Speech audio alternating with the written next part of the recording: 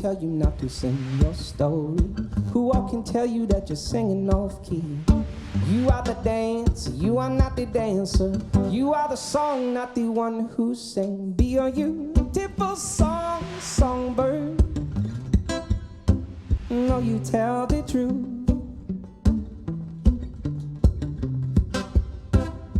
You tell the truth. You tell the truth. Welcome to Thrive with Morella. There are countless diets, cleanses, 30-day challenges, all promising to be the true final solution to all of your weight and health problems. Do you do keto? Do you do paleo, whole 30, vegan, macrobiotic, Ayurveda, raw food? Which one's right? And I don't know about you, but the word diet alone is enough to make me cringe. And I know my guest too. We share this. In fact, we share a lot. She doesn't know it yet. But what if the path to lasting weight loss and good health has nothing to do with being a food Nazi and everything to do with feeding your soul? And that's what we're talking about today with my guest, Carly Pollack. Actually, I don't know if I'm saying your name right. You are. That was perfect. Beautiful. Carly Pollack, welcome. So let me tell you about Carly. Carly Pollack is a certified clinical nutritionist with a master's degree in holistic nutrition.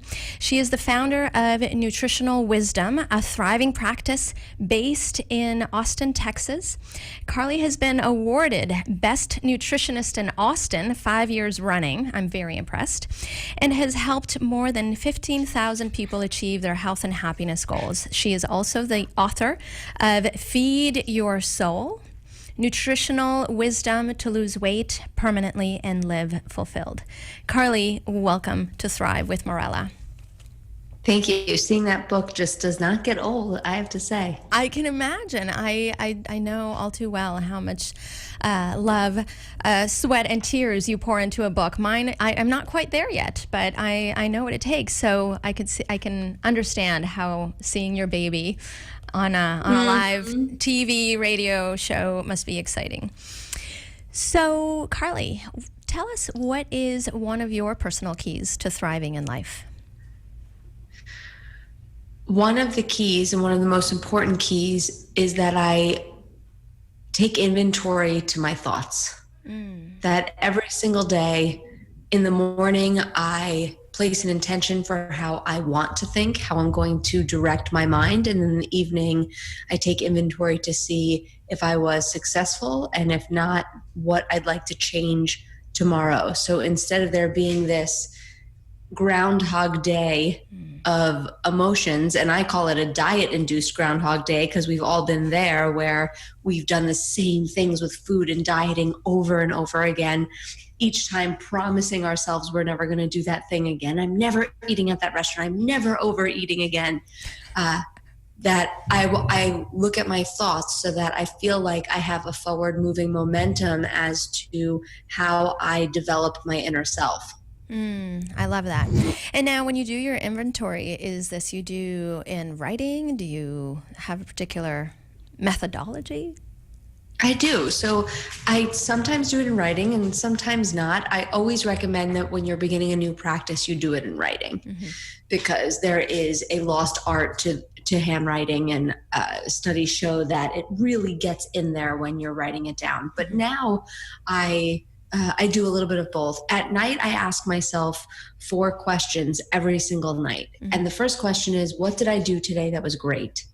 And I want to ride my own butt all the time. I want to expect the highest of myself, but I can't do that if I'm also not celebrating myself. I think that's the piece that we miss. We're so hard on ourselves, but we don't also give ourselves the pat on the back when it's necessary. So there's no balance there. Right. So I'm always asking what I did that was great. And then the second question I ask is, how could I improve? And that's when I'm really taking this inventory. I go through the day and think about the way I can improve with food, with actions, with thoughts, with words. The third question is, what will I do tomorrow to put that improvement into action? So now I'm planning forward. And the fourth and final question I ask is, how did I overcome resistance today? And we can talk so much more about resistance. I talk about in the book, but Yep. that natural feeling we get anytime we're trying to up-level our lives that makes us want to procrastinate or do anything possible but the actual thing. Yeah. And in the morning, I actually visualize the resistance that I think I'll feel. So at night, I can check in. Did I push past that resistance? If not, what's my plan for tomorrow? Beautiful. So let's dive in. Your book, obviously, you're a holistic nutritionist, and this is your core practice. And your book is aimed at weight loss. And, you get the feeling from your book, a reader will get the feeling from your book that this is about a whole lot more than weight, but with a particular lens towards weight, because it was your personal story, right? Of dieting and, endless dieting, struggling with your weight, not loving your body. And so I wanted to start off by asking if you'll share with our audience that turning point when you realized this is never going to happen if I keep trying this way. Can you tell us about what that turning point was for you? I feel like it was a bunch of small turning points. And I want to be clear about this because I feel like, myself included, that we all wait for this humongous aha moment to come up where we have this really pivotal point in our lives. And for some of us, this happens, but for most of us, it's actually making a bunch of small shifts that then when you look back over the year or even the decade, you say, wow, I've made all of these shifts. And so there were these turning points, but a lot of them were small and really added up. One I could share with you. I remember waking up on a Monday and it was like any other Monday. Monday was always my most bloated, heaviest on the scale because I had just come off of the weekend binge and have now put myself back into food prison, which is a Monday. Monday was that restriction with the with the hope that this week was going to be different, but also with the punishment of I deserve to suffer on Monday from what I've been through, what I put my body through this weekend. So it was the push hard at the gym and undereat and whatever else I decided was my penance.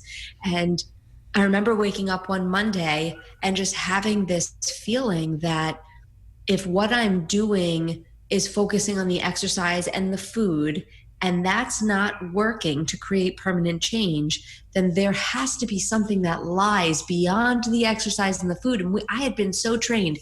It's, eat less, move more. It has to be about the food. It has to be about, your movement. And that was a big aha moment for me, saying, I'm focusing on both of these things. And while I'm massively inconsistent at both, there has to be something else. And that's when I said, you know what, I need to look into the psychology of what gets us to do something with an authentic desire instead of this place I was, which was basically forcing myself because I didn't want to experience the pain that I had been experiencing.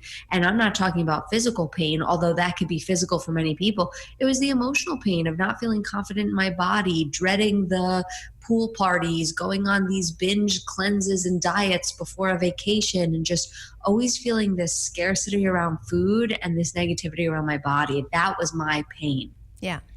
And for so many people, that's exactly the case. And, you can't fault yourself or anyone for going on the diet and exercise bandwagon craziness, because that's what we hear all the time. Just eat less, exercise more. And if you're not doing that, and if it's not working, then there's something wrong with you, or you're not trying hard enough, right? You're not motivated enough. So in part one of your book, you essentially help people become aware of what exactly you're starting to talk about, the psychology, what's really going on in their food and weight battle. So let's talk about the importance of precisely this that you're saying, the importance of people beginning to get curious about the thoughts and feelings they're having, even before they start to do anything about their food. There's so many avenues with which to begin healing the root cause of what creates that surface level inconsistency with dieting and exercise. And I want to say what you had mentioned of it's so normal for people to get on that bandwagon because that's what we've been taught is all we have. If you want to lose weight or feel great, you need to move your body and you need to eat well.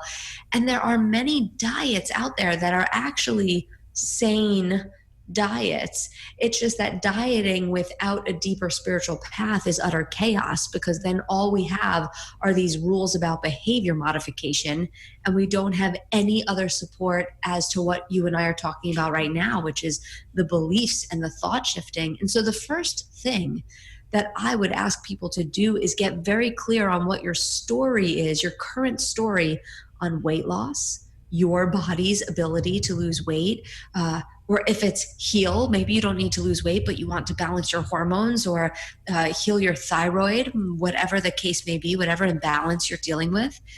And just writing on a piece of paper thoughts I think about, and then put what it is you're trying to figure out your story. I mean, this doesn't have to be about weight. It could be about marriage. It could be about money. But thoughts I think about my body.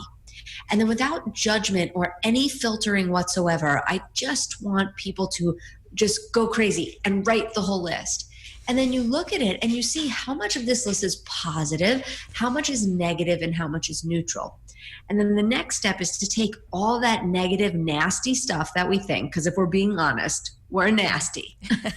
Yes. And then the goal is not necessarily to turn it into a positive thing. If you hate your thighs, I don't need you to look in the mirror and say, I love my thighs. That's the problem with where I think we get confused about affirmations. Although I'm a big fan of affirmations, a lot of people who learn them on the surface, it feels like a lie. It's like, okay, I hate my thighs, and then I'm going to look in the mirror and say I love my thighs, and it feels like BS. Yeah, exactly. That you're trying to BS yourself.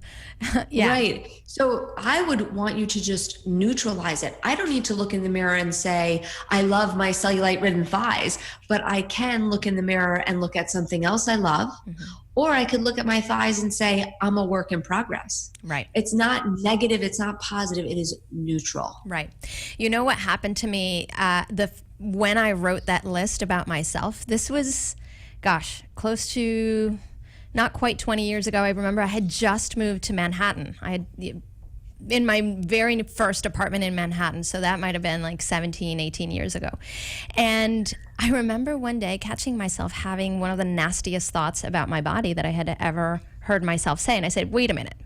And I actually took a pad of paper and did exactly what you said. I wrote the whole list of everything. I started at the top of my head and went to the tip of my toes, every single thing I had ever thought about my body that I didn't like, every issue. And once I saw the whole list together, I realized how ridiculous it was.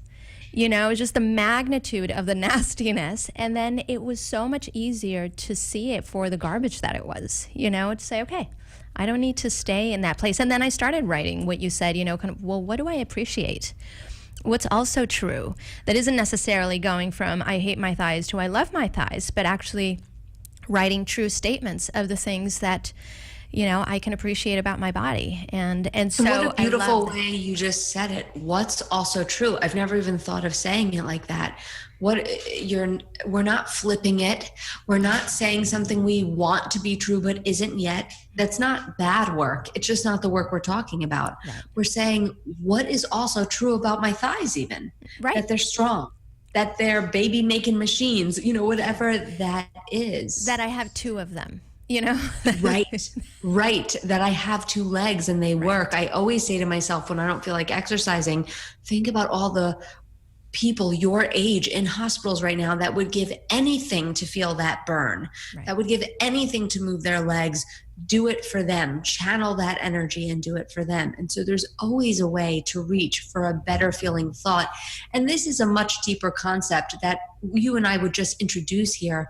But the obsession that we have with everything looking perfect is really a deeper search for the ever elusive question of, am I enough? Right. And that doubt that we are, that voice that's saying you're kind of not, so you should have a flat stomach and you should have hairless and veinless legs, and you should look like an airbrushed version of yourself at all time, because maybe if you do and other people compliment you enough that you will feel enough.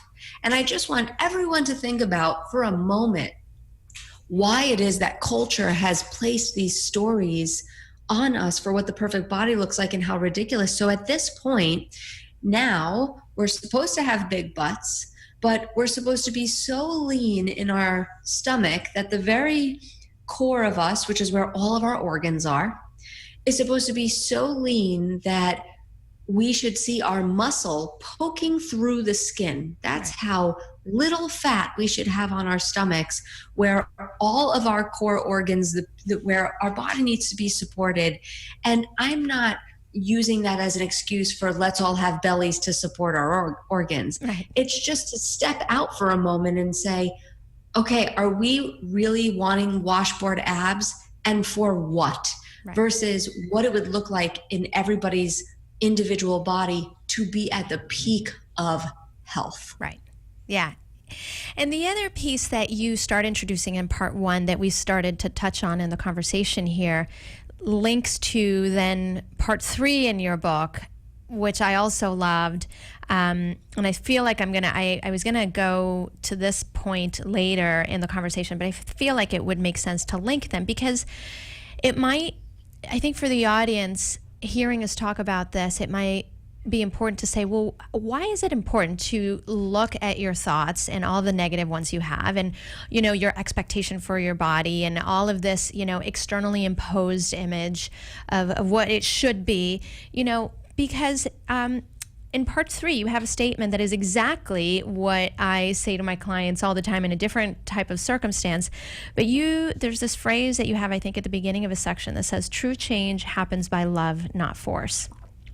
And I would add, you know, from the work that I do, that healing only ever happens when it's fueled by love. Yeah. And so there's a profound difference between the hatred, doing the dieting and all the actions from the hatred, the rejection of the body, the wanting to fix the body that we're talking about, versus doing it from self-love. And then you go into this conversation about the difference between willpower and discipline. So can you talk to us about that? Why it's so important to get underneath, you know, what's driving the behavior? Yeah, absolutely. Also pointing out that some of us need to be on strict diets depending on the season of healing in our lives. I have clients all the time where I'm putting them on a protocol, if we don't like the word diet, a protocol that's incredibly strict, versus when you're not in a healing mode and it can represent true balance. My goal in separating the idea of discipline versus willpower is that I want you to think about the outcome you want for your body, and regardless of what it takes to get there, that I've provided you with the mind work so that you have an authentic desire to do whatever it takes, whether the diet is restrictive or the exercise is very restrictive. But first, it's so important to understand the outcome. What am I looking to heal? What am I looking to accomplish? And then you work your way backward. So the difference between willpower and discipline, just like you said, is the energy or that invisible force that's driving it. When I think about willpower, the first word that comes up for me is fear. That we're using willpower because we're scared that if we do engage in whatever the behavior is, let's just keep it with food. You're at a restaurant, you're at a Mexican restaurant. We'll talk Mexican because I live in Austin. I'm from New York, so I would have been talking bagels and lox, right. 10 years ago. So we're at a Mexican restaurant and there's chips and queso on the table, and all of a sudden you need to use willpower not to eat the food. And the mental dialogue is, oh, I want this food. This food would be so delicious. No, don't eat it. You're going to gain weight or you'll be constipated for 3 days. And it's very much that angel and devil conversation. That's what willpower represents to me. I can't eat it. I'm not supposed to eat Correct. it. I can't eat it. Right. And or if I eat it, I'm scared as to the consequence. And so even if you don't eat it and you leave the restaurant and willpower on the surface looked like it prevailed, you're not happy. You're annoyed. You're frustrated at how restricted your diet is. You're annoyed at the people who were eating it. And then 4 days later, you're eating something, you're eating an entire box of gluten-free crackers because they're on your diet, but you're still unconsciously overeating. Discipline is a totally different thing. Just like you said, where willpower is, I can't eat it. Discipline is, I can eat this, but I choose not to because I set up some loving boundaries, when I was in clarity about what it meant to love my body. And so I love this food in front of me, but I love myself more. And so I'm going to stick to this guideline. And when you leave the table, not only on the surface does it look successful, but really underneath, you just feel so empowered. And so there is a huge difference between discipline and willpower, even though many people use those words interchangeably. It is the energy you bring to the table that makes all the difference. So discipline is coming from a place of love, and willpower is really all about fear. Right.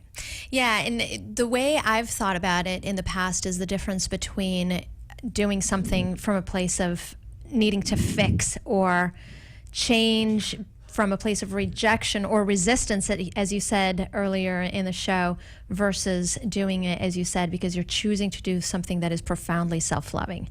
It just feels completely different. So let's talk about food, because I'm sure everybody tuning in and saying, okay, this is a conversation about weight loss, so here's a nutritionist, but she hasn't even talked about what I'm supposed to eat. And I love your part two, in complete agreement with what you present, that there is no single diet that is right for everyone, and of course, no single diet that is right for anyone all the time. So can you talk about how food dogma and believing you're just so right and this is the right thing, that there's this one thing you're supposed to do, can actually be counterproductive? You can only imagine how many dinner parties I've been to. And I actually have one specific memory. John Mackey, the CEO of Whole Foods, who is a wonderful, wonderful person and a friend of mine. And I worked for Whole Foods for many years, and he's a great person. He's also a pretty strict vegan who doesn't eat any oil. And I remember having a conversation with him where he just wanted to, throw out all of these ideas about why it is the best for people to eat that way. And mind you, he's a very loving man and an incredibly generous man. He does a ton of work for the good of people. And Whole Foods, we could all agree, was in the beginning one of the only resources people had for this amazing health food. But yeah, he's pretty diehard. And then I've met CrossFit owners who are pretty diehard paleo.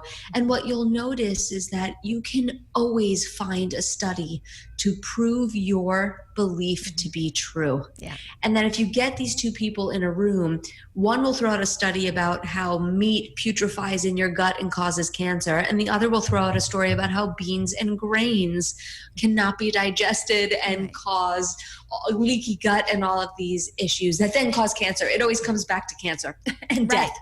Cancer and death. And you have a story, and I connected with this because you have a story of someone, a client of yours who is vegan and tattooed vegan on her body. I was a vegan for a short while. I was actually a raw foodist for a bit. Convinced that that was the right way to eat. And it was only when I started realizing, no, this is not what my body wants. My head wants to think that this is the right thing, but it's actually not what my body is asking for. I was, hypoglycemic. I was overweight, hungry all the time. Awful. Carbo loading for the marathon you never ran. Exactly. And, eating all raw food, which is technically, the Whole Foods guy. So healthy. And I don't share this in the book, and I don't think I've really ever said this before, but the truth is that in my mind, I would be vegan if I could. I love animals. I don't, there are times where I'm eating meat, and if I really think deeply about it, I think I get a little grossed out. Oh, I'm eating flesh right now. Like, I can get mentally there, but my body needs animal protein, and I do not do well on many grains and beans. And so I have part of my commitment to myself is to not let my mind call the shots in anything in life, but to let my higher self, my intuition, and my body really communicate what it needs. And so I eat animal protein, and not with every single meal. I'm not, eating beef jerky when I get up in the morning, but I have a diet that is animal protein. And a lot of, followers online or will give me flack about it, or I'll post a recipe and I always get the vegan hate mail. And it's really every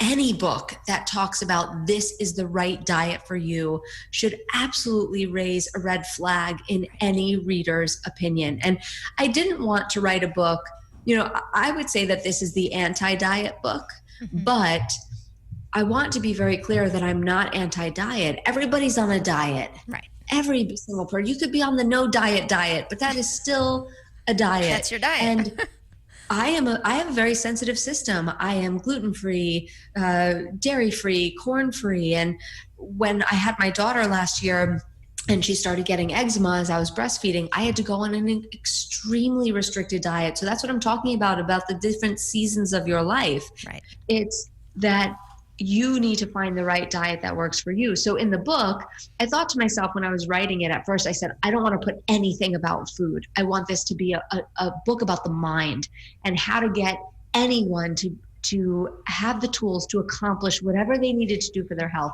And then I thought, I know that people want some guidance, and it would be really a mean thing to do to have all of the education that I've gone to school for and not put anything about the actual food. So you see, I do dedicate one chapter to talking about here are some basic guidelines and then giving people tools to up level it for them by listening to their body, whether or not to eat meat, high fat, low fat, keto, vegan, that I give you the tools. But you want to look past any dogma that this one diet works for everyone. Yeah.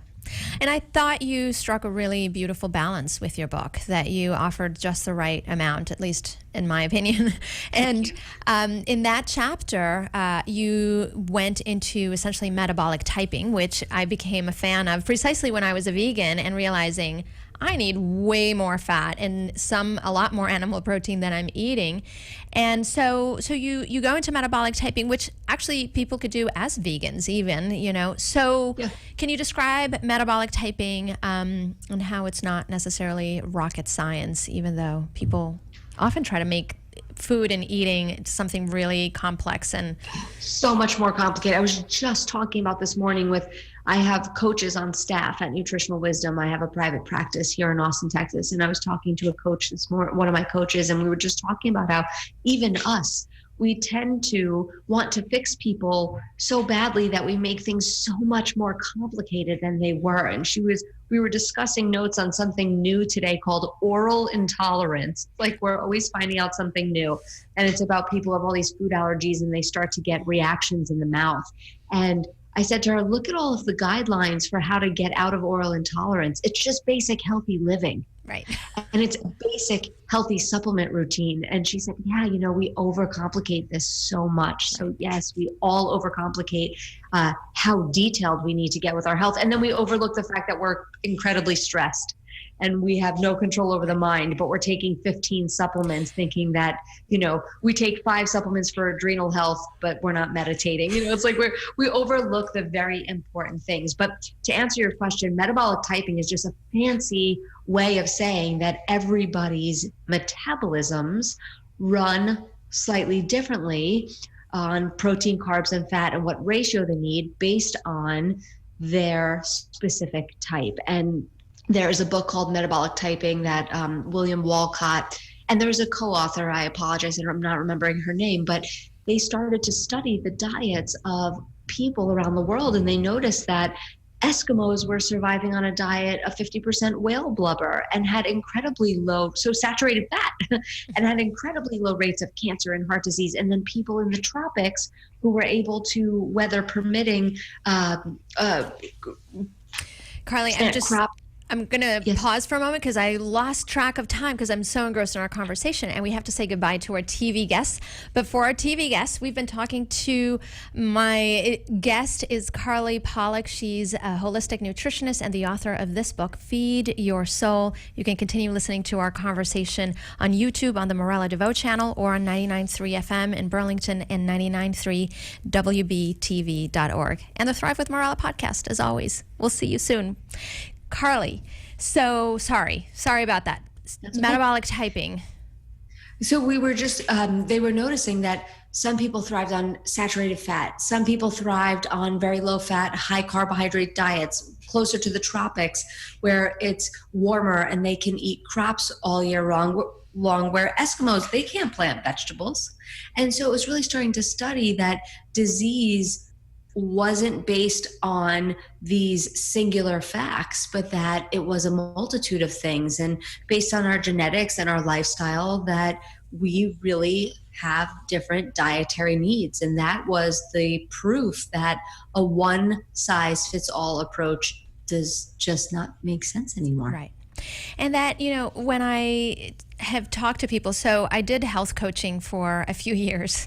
And so you and I are like, soul sisters, just because we're in complete alignment. And I really appreciated your book because of that. If I had ever written a book about healing, and it would have been your book, except that's not my path. That's not my path.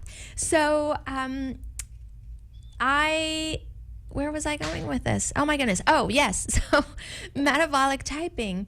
When I used to talk to people about metabolic typing, it was like people would say, oh, is that the blood test, the blood type diet? No, this is actually about paying attention to your body, actually listening. Like when I was a vegan and realizing, oh my God, I am fantasizing about food and I'm hungry all the time. Maybe this isn't right. I'm breaking out. My acne hasn't cleared. Maybe I don't need another cleanse.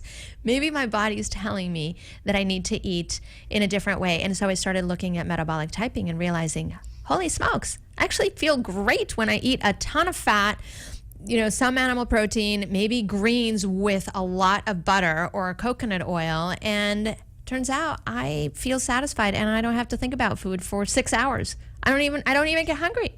So it's about paying attention. And you mentioned that beautifully in your book.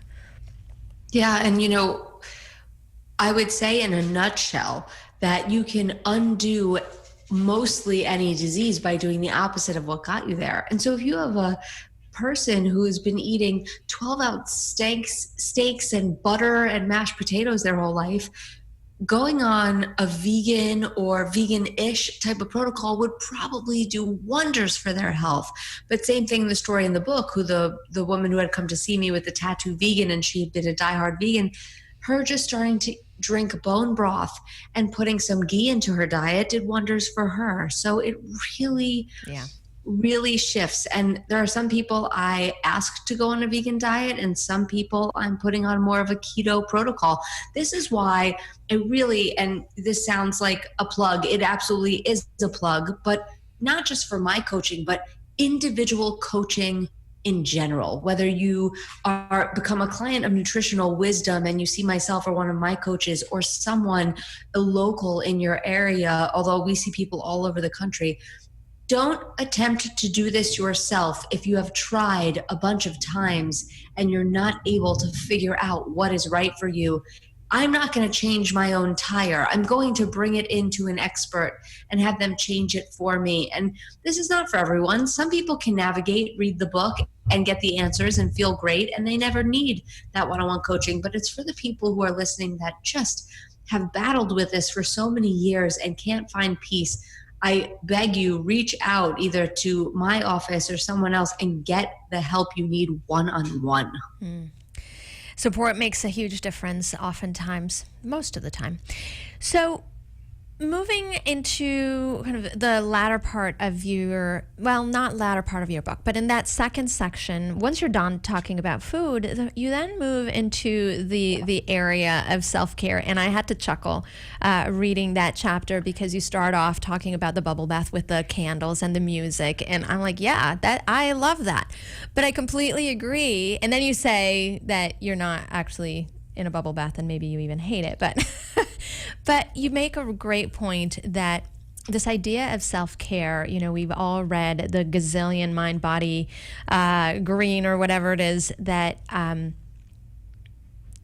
these blogs about bubble baths and as a way to practice self-care. But there's so much more that really needs to be happening, that self-care originates from self-love. And you have 5 non-negotiables for self-care that you'd describe as being at the core of that self-love practice. So can you share with the audience what your 5 non-negotiables?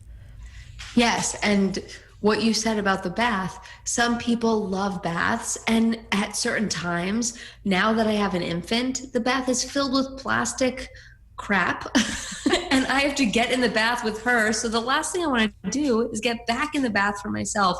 And when I talk about self-care, it is all of those things. It is the bubble bath. It is the facial. It is all the things that we would talk about or that we would think about when we think about self-care. But you know what? It's also the 2 minutes that you're taking your makeup off at the end of the day. It's the energy with which you do that. Do you just rush to take it off so you can get back into the kitchen for whatever?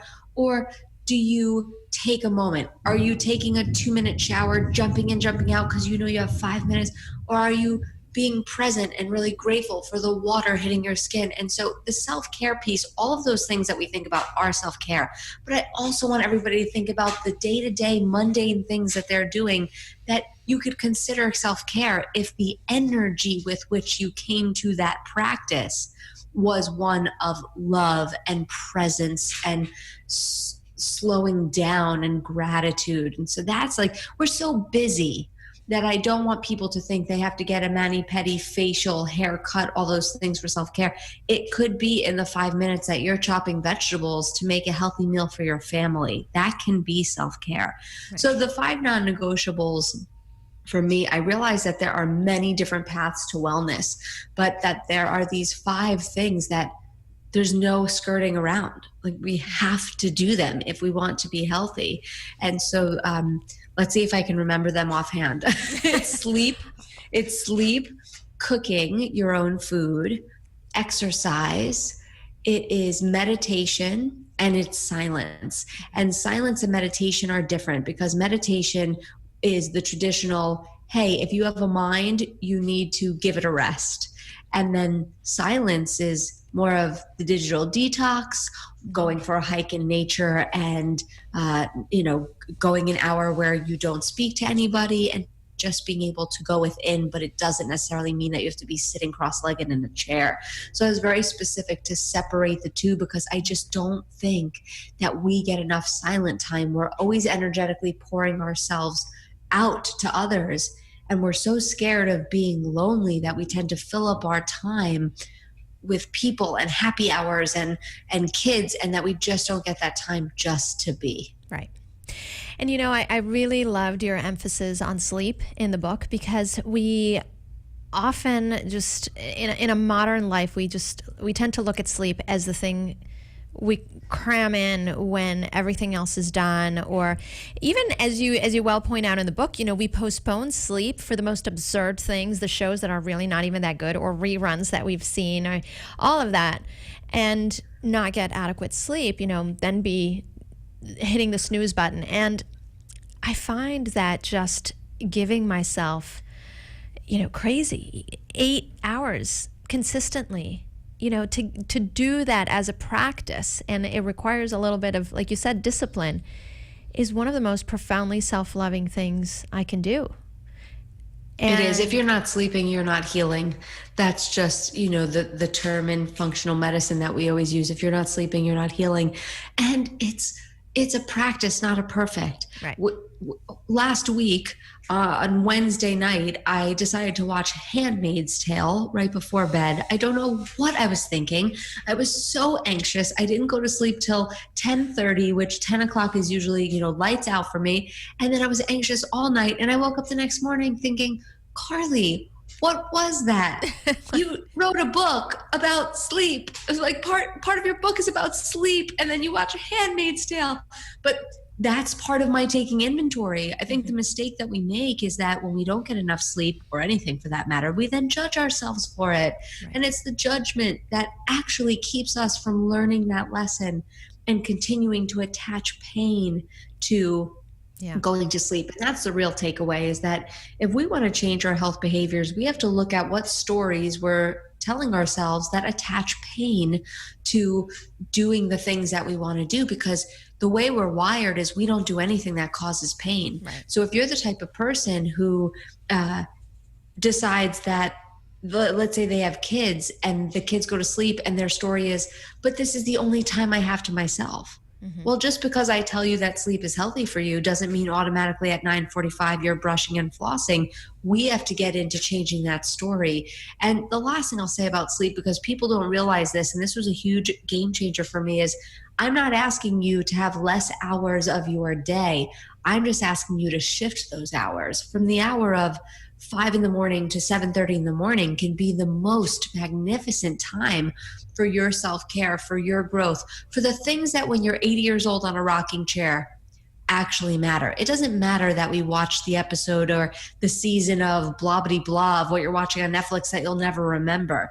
But it does matter that you had a steady manifestation practice or meditation practice, or that you woke up in the morning and exercised or cooked yourself healthy food. Those are the things. Or read books that grew your brain and that allowed you to experience adventure. Those are the things that we'll remember. So those hours from 10 p.m. to midnight, I'm really just asking you to shift till the morning and to be far more productive. Yeah. So you just mentioned manifestation, and that's in the core of part 3 in your book, where, and we did touch on this about the part 3. We touched on it earlier when we talked about willpower versus discipline, and of course self-love and all of that. It has to do with part 3 as well. But my favorite chapter in part 3 had to do with I think this is in the manifestation chapter, but you talk about the practice of gratitude. And in particular, I love you sharing how you drop love bombs wherever you go. So can you share with the audience this practice of dropping love bombs and how that relates to manifesting ideal weight and great health? When it comes to manifestation, which for anyone listening or watching that is new to manifestation, it really just means calling in what it is you want to occur in your life by thinking about that thing, being an energetic match, a vibrational match to your destiny. And my meditation teacher used to always say that your imagination is life's preview of what's to come, and how we have to really be careful what we're thinking about, because the way the mind is set up is that we always think about what's wrong as a way of protection. The mind believes that the only way to keep you safe is to keep you afraid. And so we're always thinking about what could go wrong. Just like when you book a plane ticket and the first thing the mind tells you is, what if the connecting flight is delayed and you don't make it? What if the plane crashes? What if the weather on your vacation is horrible? Or we get that new job and we celebrate for a moment and the mind says, what if you're not good enough and they fire you? Or what if something changes in the meantime and then you don't get the job, but you've already quit your other job? I mean, the mind is just always going there. So the art of manifestation and the practice of it is to continuously focus on what you do want. Now, I find with weight loss, because we are in our bodies all the time. So if we're in a body that's not the ideal body we want, it's really hard to visualize how we're going to feel when we feel crappy, or how we're going to look when we look in the mirror or we put on those pants and they don't fit us. And so we really need to be in the practice every morning of visualizing ourselves in the body and the health and in the energy we want. And the love bombs is just to raise your vibration, is to always authentically be putting out love and in love anywhere you go. So I'm always trying to authentically compliment everyone I see. I just look at that person, and whether I notice anything positive. So you're at CVS and you're grabbing something. Can you compliment the person that's checking you out?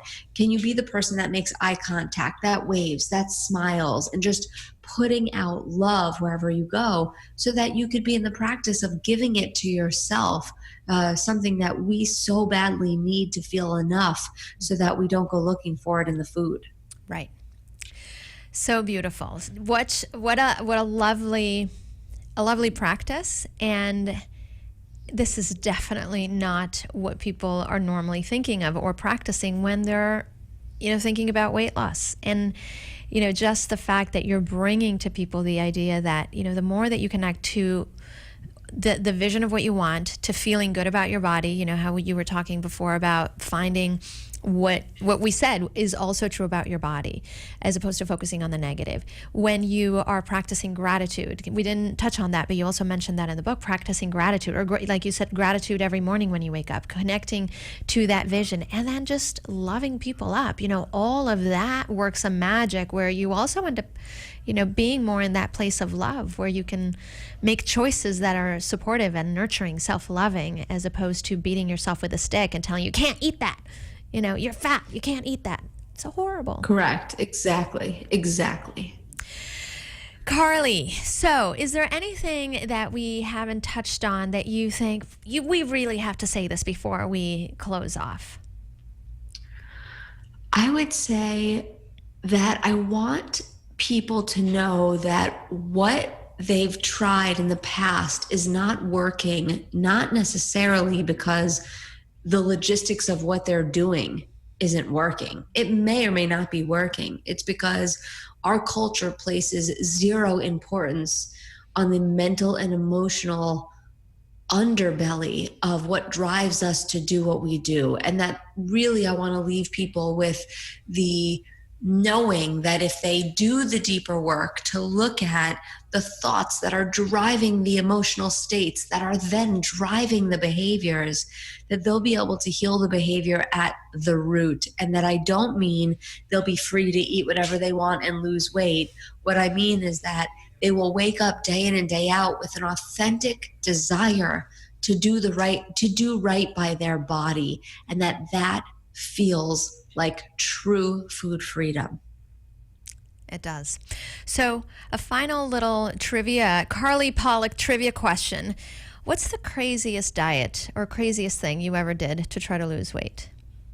Oh, there's so many. Okay, I have to.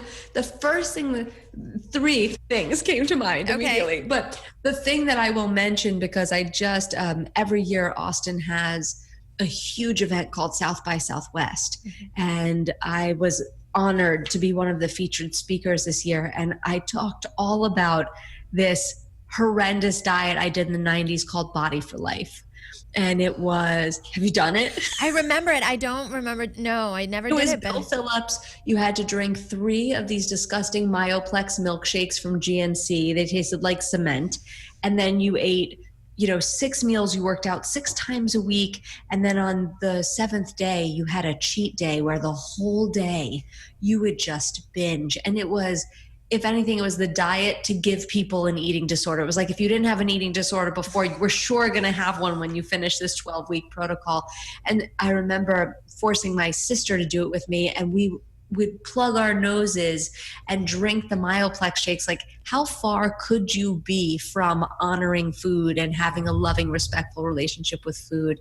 And that makes me laugh because, I was just so ridiculous, and not laugh in a mean way, but in the way that I have a lot of compassion for desperate people do desperate things. And I have a lot of compassion for anyone listening right now who is really desperate and coming off of something like the Ideal Protein diet or the HCG diet, or, any diet where you feel like this couldn't possibly be sustainable. Right.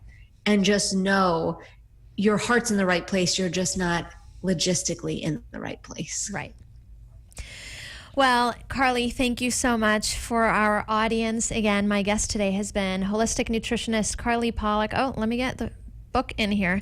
Her book is Feed Your Soul, Nutritional Wisdom to Lose Weight Permanently and Live Fulfilled. It's available online now. And also you can find more information about the book and about Carly at carlypollack.com. And that's Carly, C-A-R-L-Y. Pollack is P-O-L-L-A-C-K. carlypollack.com. Carly, thank you so much for joining me today and sharing all of the wonders of your book. And I have to say, for the audience, your book is funny, but what I most appreciated about your writing is how absolutely honest and bare you really are. It's rare to find someone who really truly puts themselves in all of their warts and all. Like, you talk about some Yes. stuff that not everybody would write about, and it's amazing. So I so thank you for that, because anybody Thank you. reading your book will truly connect with the honesty of what you're sharing and your experience. So thank you for that. Thank you so much. So we'll say goodbye to our YouTube friends before we play radio music and get in trouble.